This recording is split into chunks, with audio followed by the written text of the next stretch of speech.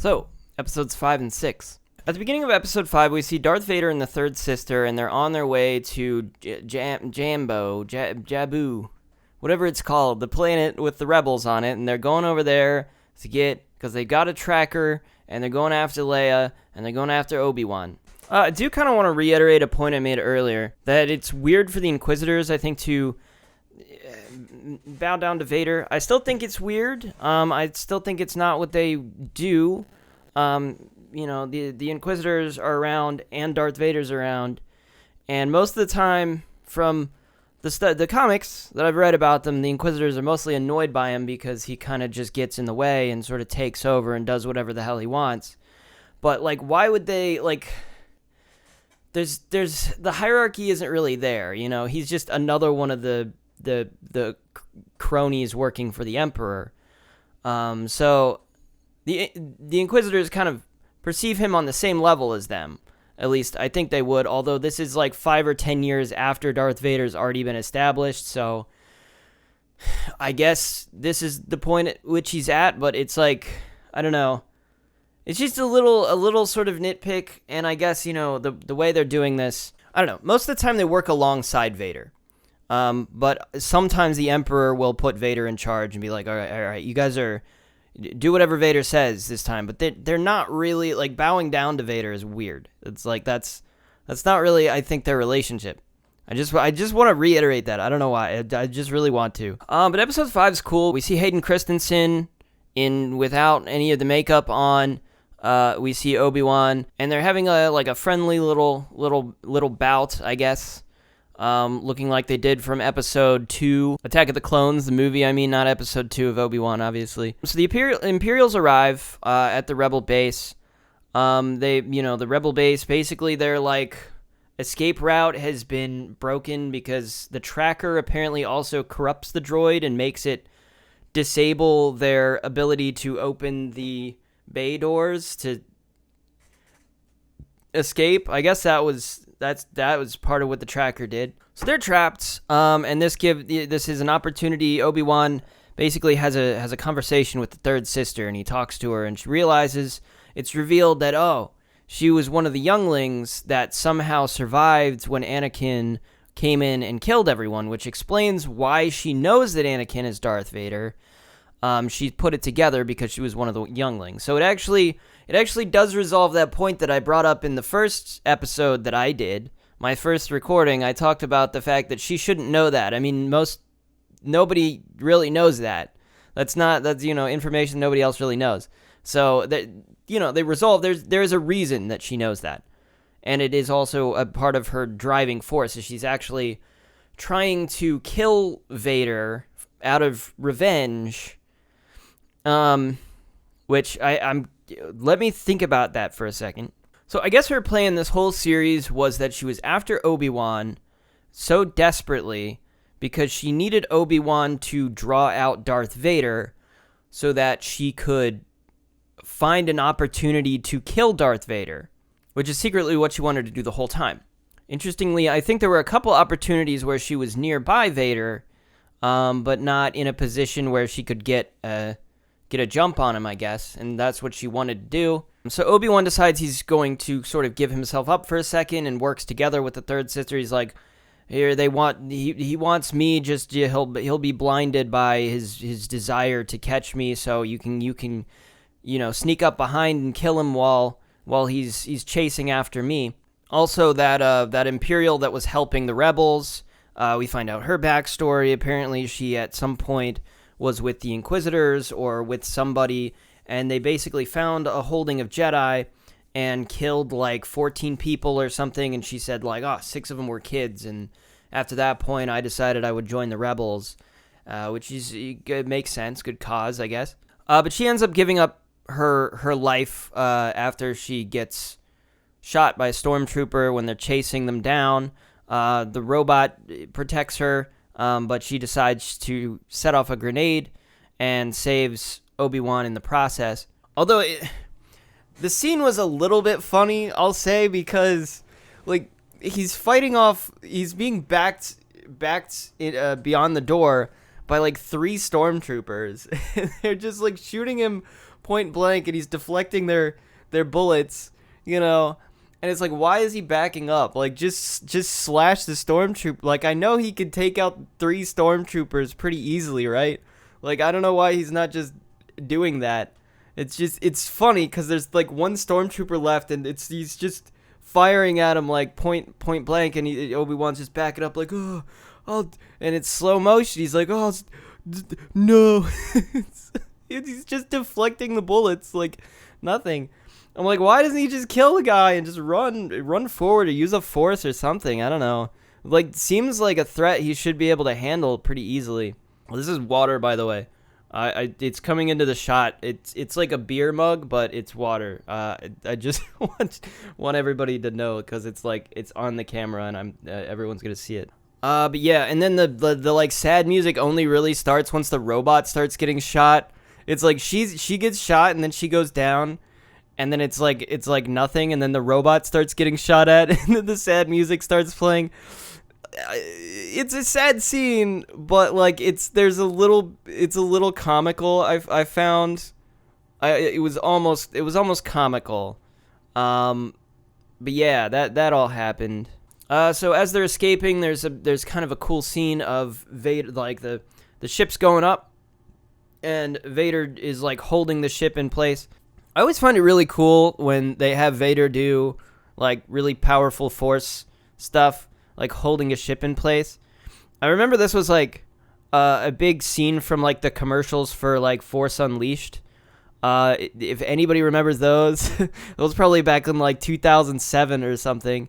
I think that game came out in like mid 2000s.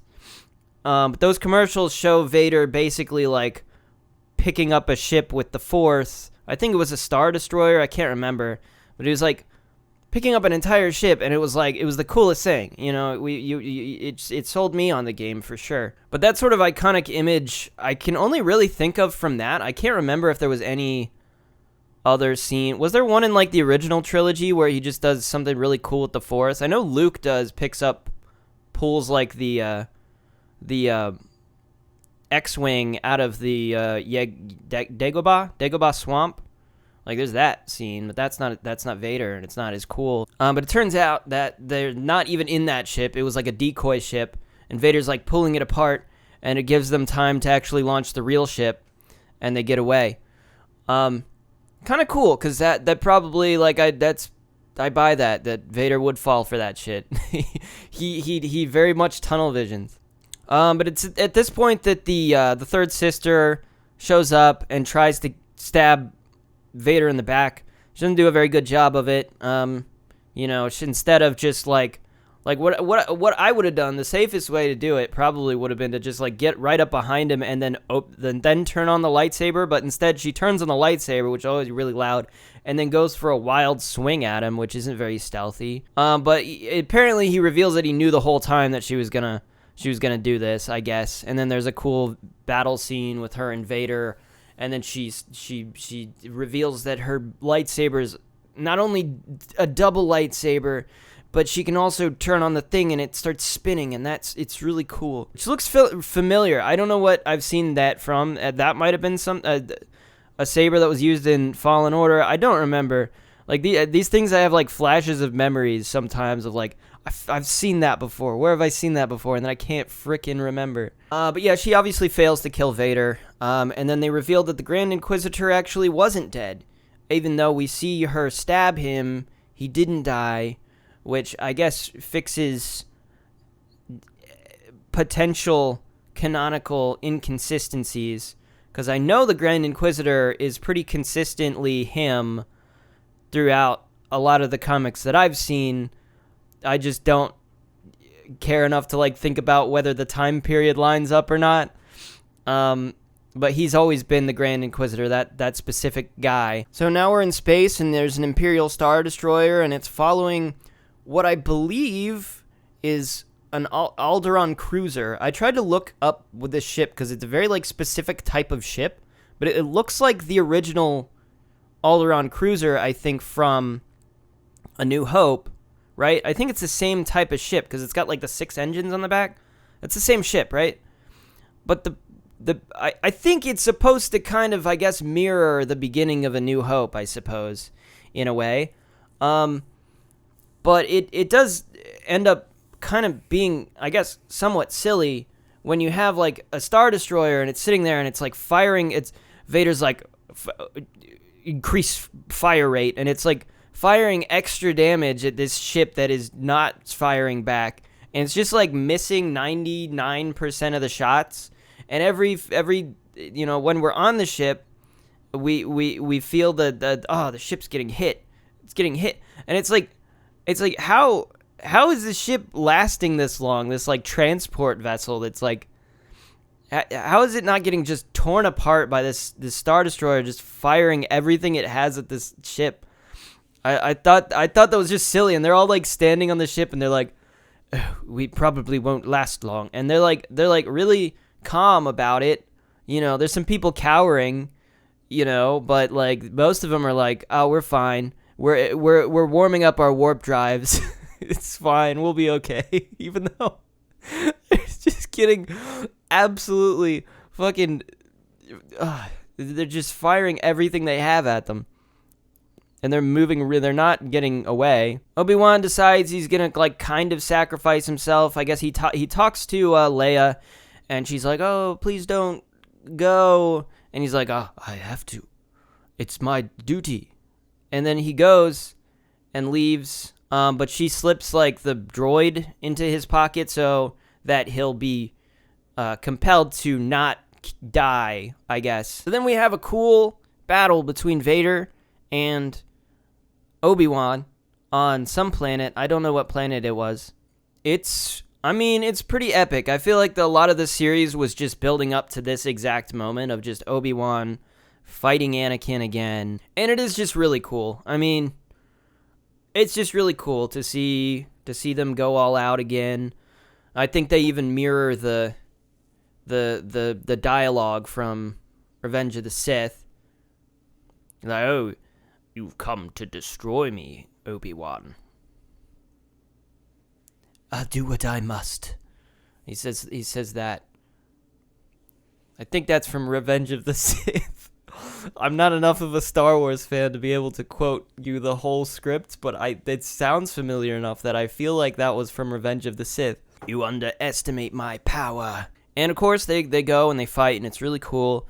And meanwhile, we have the third sister who is on her way to Tatooine. She intercepted a message revealing to her that, Owen is hiding Luke, Vader's kid, and she decides she's going to go to Tatooine and kill Luke. Sort of a B-plot while the, battle between Obi-Wan and Anakin is happening. So Vader ends up winning in the beginning, and he starts crushing Obi-Wan with a bunch of rocks. Obi-Wan gets a lot of his power back, but he's still too weak. Vader's like, oh, you're still too weak to defeat me, Obi-Wan. And then he starts throwing rocks at him. He throws him in a pit, and he throws a bunch of rocks at him. And then he just leaves. He's like, well, I have killed him. He's dead now. Not. You think he would check. He would check and make sure that like he actually killed Obi-Wan, because he clearly cares very much about killing Obi-Wan. But no, he leaves. Meanwhile, Obi-Wan has discovered, he starts thinking about Luke and Leia, and he's like, oh, I have to protect them. And then he's just holding the rocks back with the Force, and then he breaks the rocks away, and then he's fine. And then he goes and he runs at Vader and starts battle. They start battling again a second time, and Obi-Wan starts winning and starts actually defeating him. And there's this cool moment where he turns the tides and starts lifting like tens of thousands of rocks. Probably not that many, like 100 rocks. And he starts throwing the rocks at Vader. This is also kind of funny, because I thought that he's like throwing like straight rocks at him, and they're just like they hit him and they turn to dust against him, like they're just like crumbling. It's almost like he's throwing like clumps of dirt at him and not like rocks. It's like, why is this not doing more than it is? Because it's like they're actively hitting him. It's not like he's deflecting them with a force shield or something. No, they're hitting his armor, and he's going like, oh, I don't know. I thought that was kind of funny. And I guess it sort of mirrors that. I think mirrors more the scene from Last Jedi, doesn't it? Where Rey like lifts up all the rocks at once. Was that in any of the other movies? I don't like that. I only remember that being a thing in The Last Jedi. But interestingly, I don't think Obi-Wan was ever really. He was never really the most powerful in the Force. So this is kind of like him not only getting his power back, but being even better than he was before with his ability. And being able to actually take on Vader and win, which honestly was pretty cool. I didn't expect that Obi-Wan would be able to defeat Vader here, but I believe it, and I liked it a lot. And it did lead to a pretty compelling moment, I thought, where he like slashes the mask, and it's like, oh, he sees the face of Anakin, and he's talking to Anakin for sort of the last time rather than, Vader. Obi-Wan's like, I'm sorry for what I've done to you, Anakin. And he's like, Anakin's dead. And he's like, you didn't kill Anakin, Obi-Wan. I did.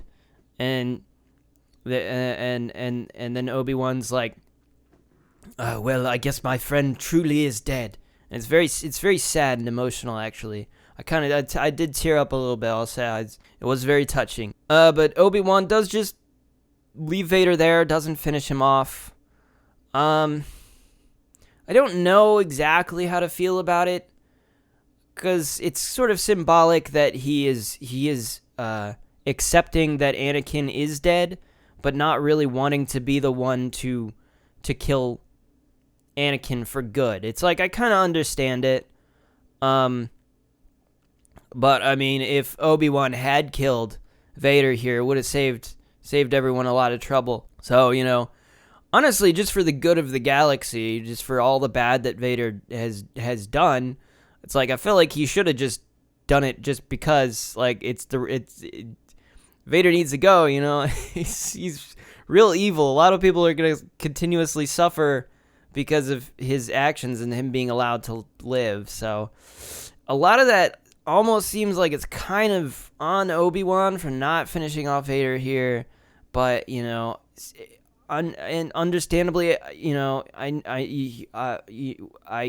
get it, I guess, but so yeah, Obi-Wan effectively defeats Vader, and Vader goes back to his tower on Mustafar. I didn't talk about this before, but I think it's because they didn't I don't know if they showed the tower itself, or they just showed Vader and the third sister talking to Vader, but it's clearly the same room, but they show like a shot of the tower.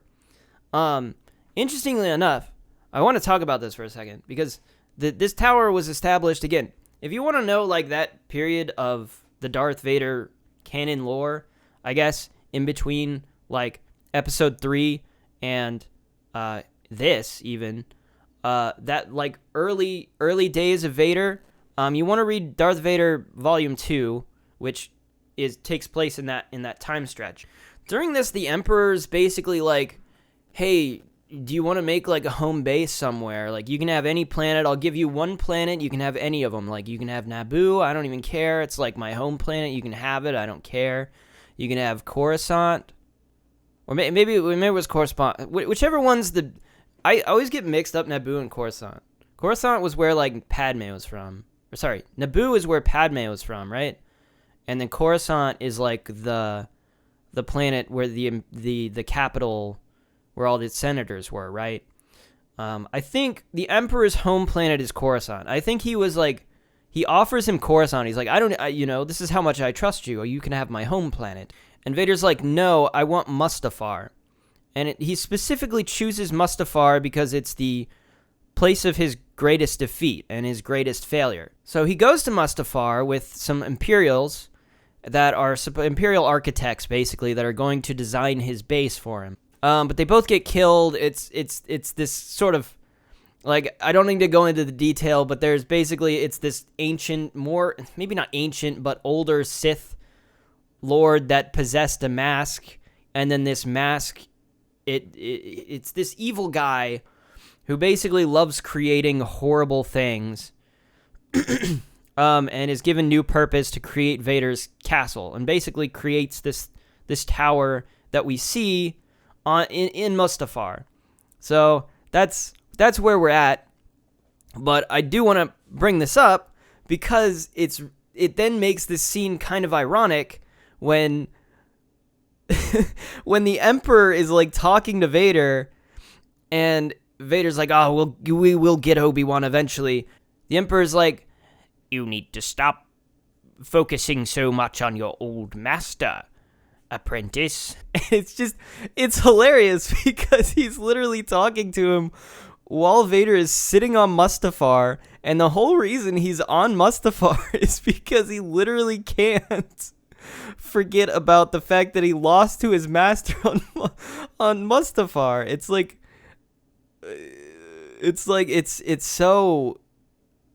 so funny. There's so many layers of irony there. So our final few moments. Oh, I forgot to basically wrap up, I guess, on the third sister. She goes to fight Luke, but she ends up not being able to kill him. This is kind of predictable, honestly. 100% saw this coming. I mean, the fact is,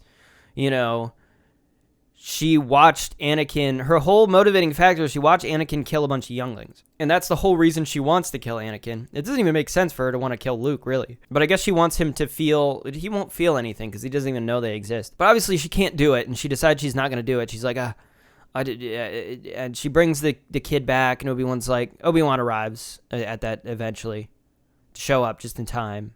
Well, kind of late, honestly. And she's like, "I couldn't do it. Have I become like him?" And Obi-Wan's like, "No, you have chosen not to become him."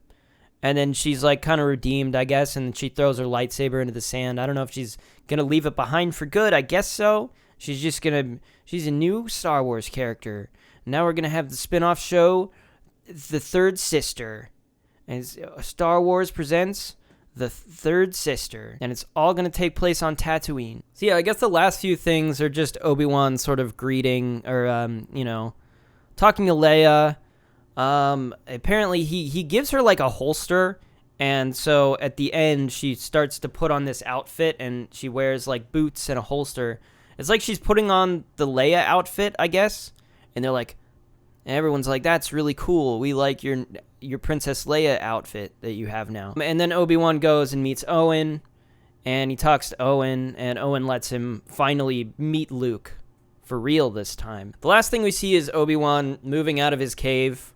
For whatever reason, I don't know what they're exactly planning here. If they're like, "Oh, we're going to do season 2, where Obi-Wan goes on an adventure with Qui-Gon." He finally sees a Force ghost of Qui-Gon Jinn, Liam Neeson, whose voice is so much deeper now. His voice definitely wasn't that deep in the original Star Wars. So whatever's happening there, I don't really know. But it seems like they're planning for something. But yeah, I mean, that was Obi-Wan. I really, really liked this show. Actually, it did everything I could have wanted it to do. I had a good time watching this, and I didn't overstay its welcome. I think 6 episodes was kind of the perfect length. I don't know what they're planning, if anything, with this, but with like the ending of it exactly. But like I said, I feel like I would watch more, but I feel like if they do make more, it might then overstay its welcome and like just become like, what else do we need to see Obi-Wan do in between episodes 3 and 4, It's like, we all know Darth Vader's going to be around, Princess Leia is going to grow up, Luke's going to grow up, Obi-Wan is going to become a hermit and just go into hiding on Tatooine for the rest of his life until Luke shows up. And that's the status quo we're at in episode 4. So like, we're already there, and there's like not much you can do to change that. You know what I mean? So it's like, we're already there. You already did the Obi-Wan show, and like kind of just did some cool things. Like, what if Obi-Wan met Darth Vader in this time period again before he fights him in episode 4. Like, how would Obi-Wan react to Anakin, to realizing that Anakin is Vader?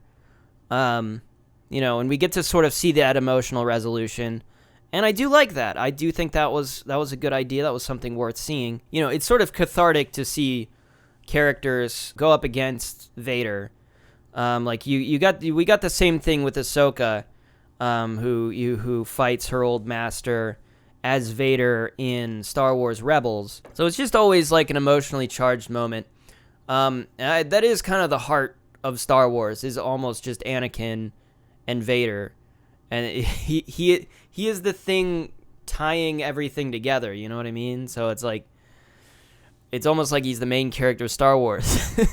But I think he's a big reason why people care about Star Wars, really, if not just the reason. I guess that's like all I have to say about this show. I liked this show. I definitely think it's definitely much better than Boba Fett. I didn't like Boba Fett very much. I said that. Mandalorian is good. I don't need to compare it to those shows. It's kind of its own thing.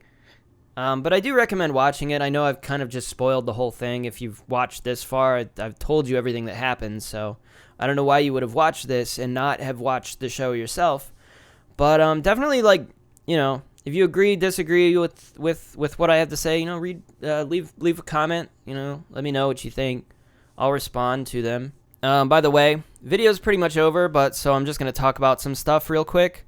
I was planning on doing Miss Marvel and just talking about Miss Marvel for a little bit. What ended up happening was I watched the first 2 episodes, and I didn't really feel like I had enough to talk about, so I ended up not doing that. So I'm just going to watch episodes until I feel like I have enough to talk about. I might even watch the whole series before I feel that way. I might never feel that way. I might watch the whole season and just not feel like I have anything to talk about. But just let me know if you guys are interested in that at all. I do want to do it, so I probably will do it if I feel like it. But if there's more interest in it, then I definitely will do it. But that's basically what I'm trying to communicate. Beyond that, I don't really know what I'm going to be doing. I'll have to think about some shows I can talk about. In the meantime, I'm also uploading some Animal Crossing videos. Basically the plan is that I'm going to complete the game in a year. I do want to say, I feel like I can only really communicate this outside of this because the recordings are all sort of timed whenever they happened. I can't add to it for the thoughts that I'm having now. You know what I mean? But basically, a lot of the stuff you're going to be seeing now is going to be early on for Animal Crossing. And it's just keep in mind that's just because a lot of the collecting and stuff that I'm doing, difficult stuff, is going to happen really early on, and eventually I'm going to get to that. I get to that point where I don't have to record as much, and you'll only see maybe a few minutes from each day. So it will eventually catch up. It's going to be a lot of time spent in the early days. But don't worry about that. I'm going to have 1 million episodes just because we're spending so much time on just the first 3 days. I just want to communicate that. I also stream if you want to watch that. I have some plans for that. That's it, I guess. Goodbye.